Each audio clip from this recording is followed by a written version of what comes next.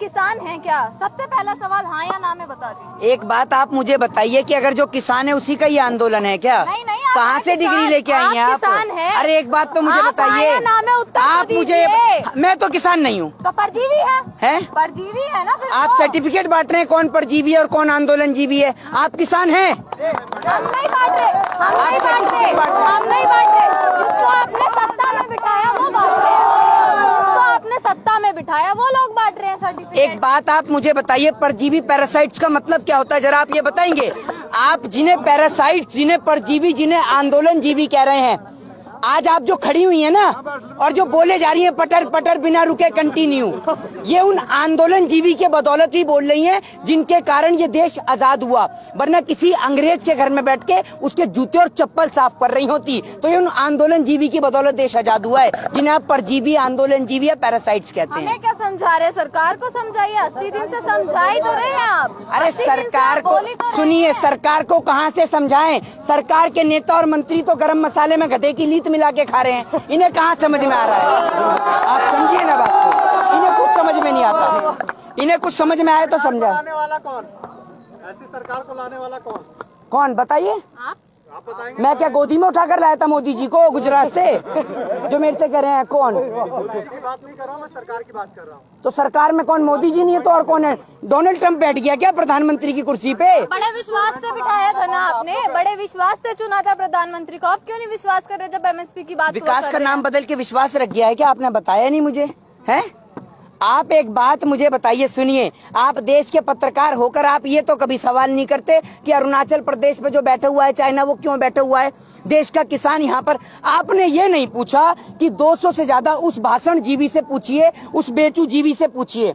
आपने आज से पहले राम के दोहे सुने होंगे, रहीम के दोहे सुने होंगे, तुलसीदास के दोहे सुने होंगे। एक दोहा नरेंद्र मोदी जी के लिए मैं आपको सुनाना चाहता हूँ कि बेचत बेचत मैं चला, उपक्रम बचाना कोय, के बेचत बेचत मैं चला, उपक्रम बचाना कोय, छूट गया हो यदि कुछ तो सूचित कर दो मोए।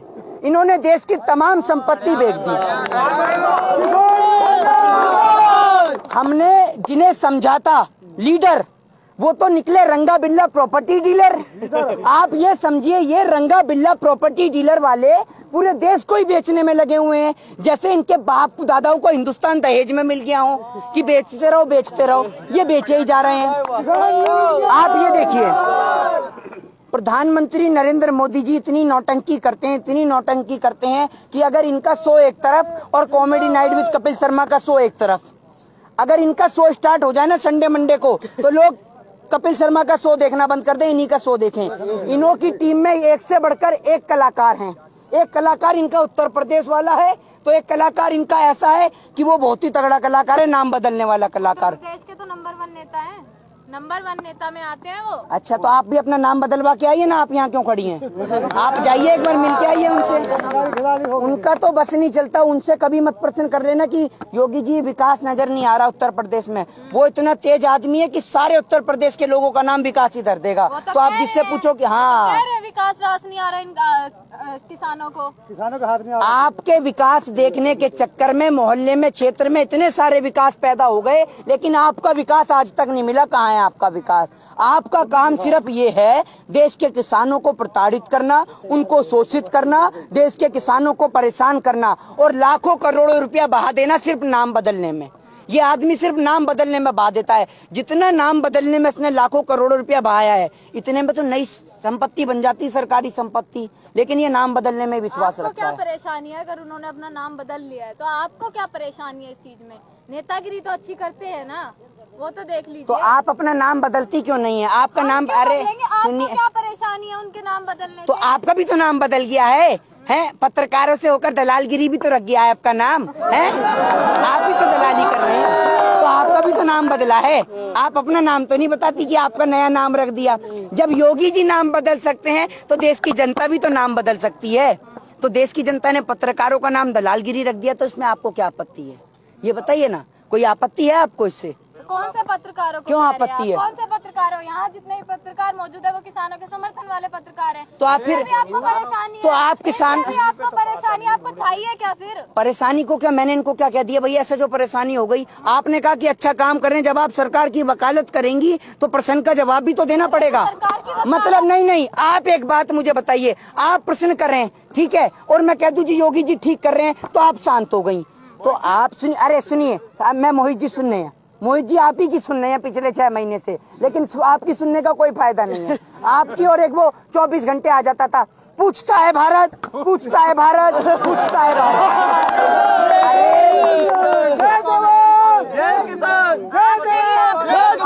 आपने ही देखकर नंबर 1 चैनल बनाया है, टीआरपी बढ़ा दी देख कर आपने। मेरे घर के अंदर आप एक बात मुझे बताइए ना, मेरे घर में, अरे आप फिर वही बात, सुनिए, आप यही पूछ लीजिए। यही गड़बड़ है देश के पत्रकारों की, यही गड़बड़ है। आधी अधूरी जानकारी हर चीज के लिए हानिकारक होती है। आपने टीआरपी स्कैम घोटाला नहीं सुना था क्या? तो आप कह रही हैं, आप तो ऐसे कह रही हैं जैसे मेरे घर में सर्टिफिकेट छप रहे थे, मैंने अर्नब गोस्वामी को पकड़ाया, इधर आ रहे सर्टिफिकेट पकड़। कोई एक्शन होता तो आगे की प्रक्रिया आप एक होती बात तो मुझे बताइए, आप देश के किसान को, जो देश की सरकार खालिस्तानी, पाकिस्तानी और आतंकवादी कह रही है, आप में से एक भाई, एक पत्रकार जरा आगे आइए अपना कैमरा छोड़कर, आज मैं आपको समाधान ही करा दूं आपकी सारी मनसा का। एक आइए, अरे आइए ना, अरे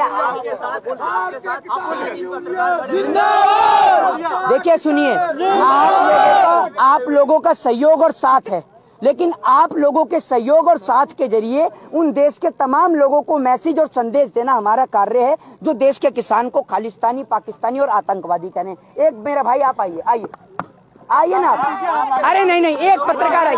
अरे आप इतना घबरा क्यों रहे हैं? नहीं, एक पत्रकार, अरे आइए तो, अरे आइए तो, कुछ नहीं, आइए, अरे आइए तो, अरे आइए, कोई तो आइए। अरे एक मिनट देखिए, 1 2 3 4 5 6 7 और 8 में से कोई एक तो आइए जरा आगे। अरे मैं आपकी रिस्पेक्ट के लिए बुला रहा हूँ, आप आइए तो, आप बताइए, आप आइए। आज देखिए, क्योंकि ये पूरे देश के अंदर ये मैसेज दिखाना बहुत जरूरी है। आप माइक पकड़िए 1 मिनट आराम से। मेरे भाई आप इधर आइए, पीछे देश का किसान ही खड़े हुए, इसे उतारो भाई। सुनो, इसकी तलाशी करो आप, इसकी तलाशी करो आप। इसे आतंकवादी, खालिस्तानी, पाकिस्तानी बता रहे हो ना, तो आज आप ये मैसेज देखो। अरे 1 मिनट रुकिए, आप रुकिए तो, आप इसकी तलाशी लो, उसके पास कौन सा हथियार? कुछ नहीं है। अरे तो चेक तो करो, ऐसे कैसे बदल गया? तो चेक तो करो। नहीं पता नहीं है, आपके माध्यम से देश को मैसेज जाना चाहिए ना। आप जिन्हें खालिस्तानी, पाकिस्तानी, आतंकवादी कहते हैं, वो किसान है, और किसान के पास देश की सरकार के नेता, सरकार को लाया कौन? यही लाया है। देखिए सुनिए, अरे ये किसान ने सोचा था, सुनिए लाया कौन? यही। अरे तो गुनाह कर दिया क्या? लाया तो एक सजा दोगे? एक मिनट रुक जाओ भाई, पत्रकार को नहीं कह रहा, आप लोगों के माध्यम से संदेश। अरे 1 मिनट, टारगेट नहीं करते आप ही की बता दो, सरकार को टारगेट, आप ही बोलिए, सरकार को टारगेट। आप एक बार इन्हें चेक तो करिए, चेक तो करिए। गोस्वामी को टारगेट, उसका चैनल देखता कौन है? कौन देखता है? हमने से कौन देखता है? देश का किसान नहीं देखता। सुनिए आप मेरी बात, अरे अब आप मेरी बात सुनिए, आप चेक करिए, आप इसे एक बार चेक तो करिए, आपके माध्यम से मैसेज जाएगा, आप इसको ऐसे ही चेक करिए ना। इसके पास क्या हथियार है?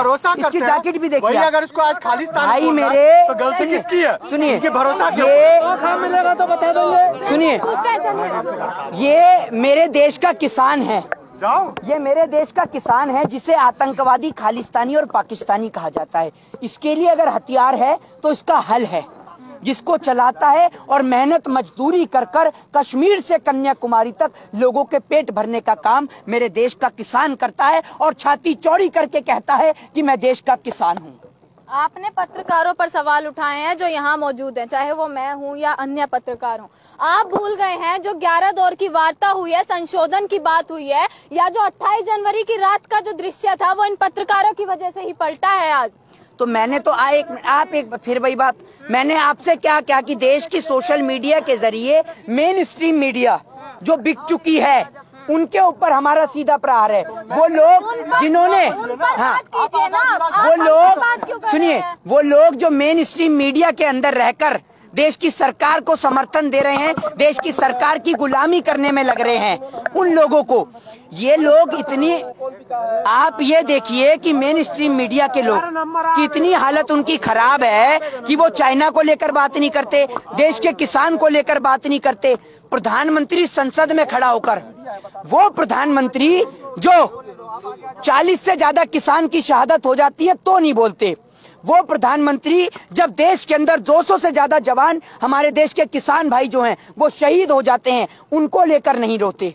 लेकिन गुलाम नबी आजाद को लेकर वो टसुए बहाने लगते हैं। तो मोदी जी, ये रिश्ता क्या कहलाता है, बताइए तो जरा देश को। आप प्राइम मिनिस्टर में सवाल उठा रहे हैं, उस दिन संसद भवन में वही रोए थे। किसको लेकर रोए थे? जो भावुक हुए वो। अरे सुनिए, अरे भावुक की सुनिए, ये मोदी नहीं है, मदारी है, और झूठ बोलने की ना बचपन से बीमारी है। ये नौटंकीबाज आदमी है एक नंबर के। मतलब आप उनके आंसुओं को